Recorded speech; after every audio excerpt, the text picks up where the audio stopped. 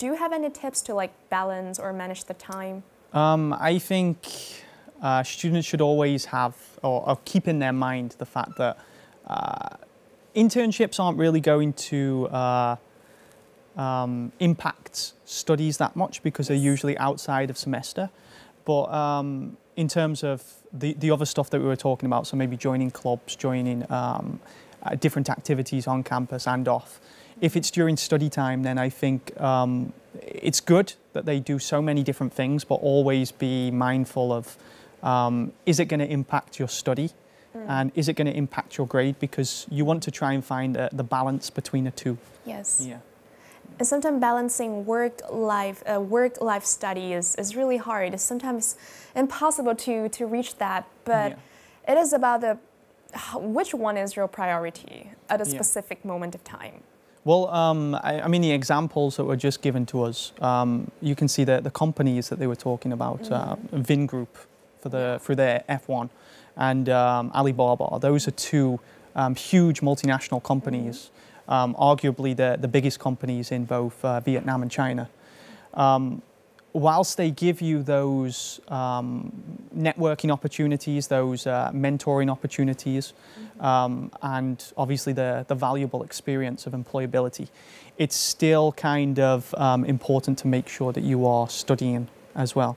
And the most important thing that will come out of your degree program, I think personally, yes, it is your grade, but it's also your journey that you've been through, and it's about your personal development. Yeah, and internships are part of that development. I think that also applies to my case. I was studying international relations, and I did television internship, but somehow it's just like it can be complementing each other very well. So that's what I really appreciate about doing internship here. So what would be your pro tip in managing work-study balance? It's kind of a cliche, but one of the things that I used to do was actually write up a timetable.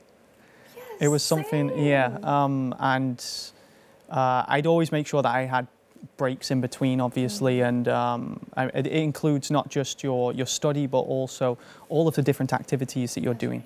Yeah, I found that really helped me, especially when I got to the later stages of my degree program. Towards the end of the semester, that's really when students are going to be spending so much time revising. So you can sort of plan in advance as well to try and take a bit of that big chunk away and spread it amongst your degree, your semester.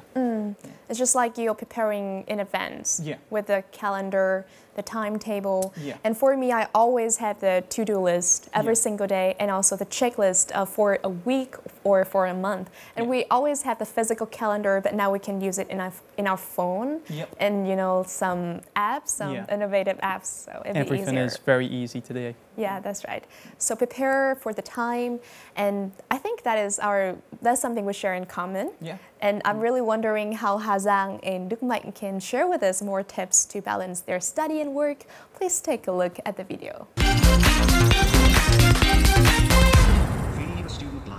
So I have used one of the application of the four-burner theory shared by one of my very all-time favorite postcaster, which is the present writer. She said that she has used the four-burner theory to allocate her time. Basically, in our life, four burners represent four different elements, which is family, friend, health, and work. And in order to be successful at any time in your life, you have to sacrifice at least one or two burners. So, so what I do is I create a priority list at any key event in my life, and I decide which kind of element I want to focus on.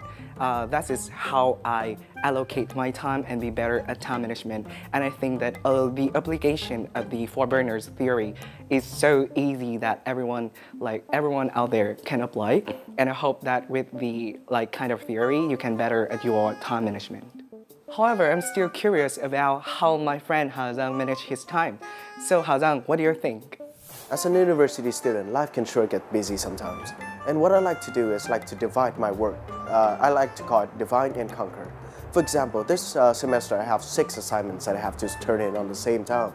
What I do is I divided my work.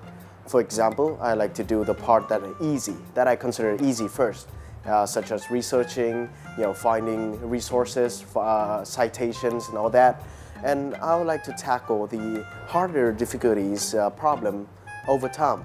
So in week 1, I just chill, do some light researching. Week 2, do some further readings. Week 3, start writing. Week 4, fixing. Week 5, and so on.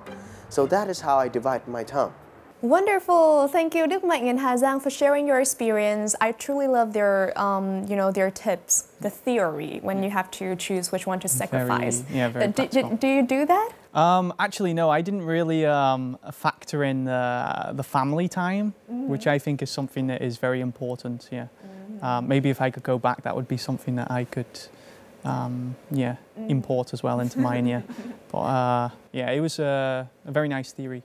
Yeah, I think it's so refreshing to look at the perspective of the young students so that we can learn a lot more from that with innovative ideas.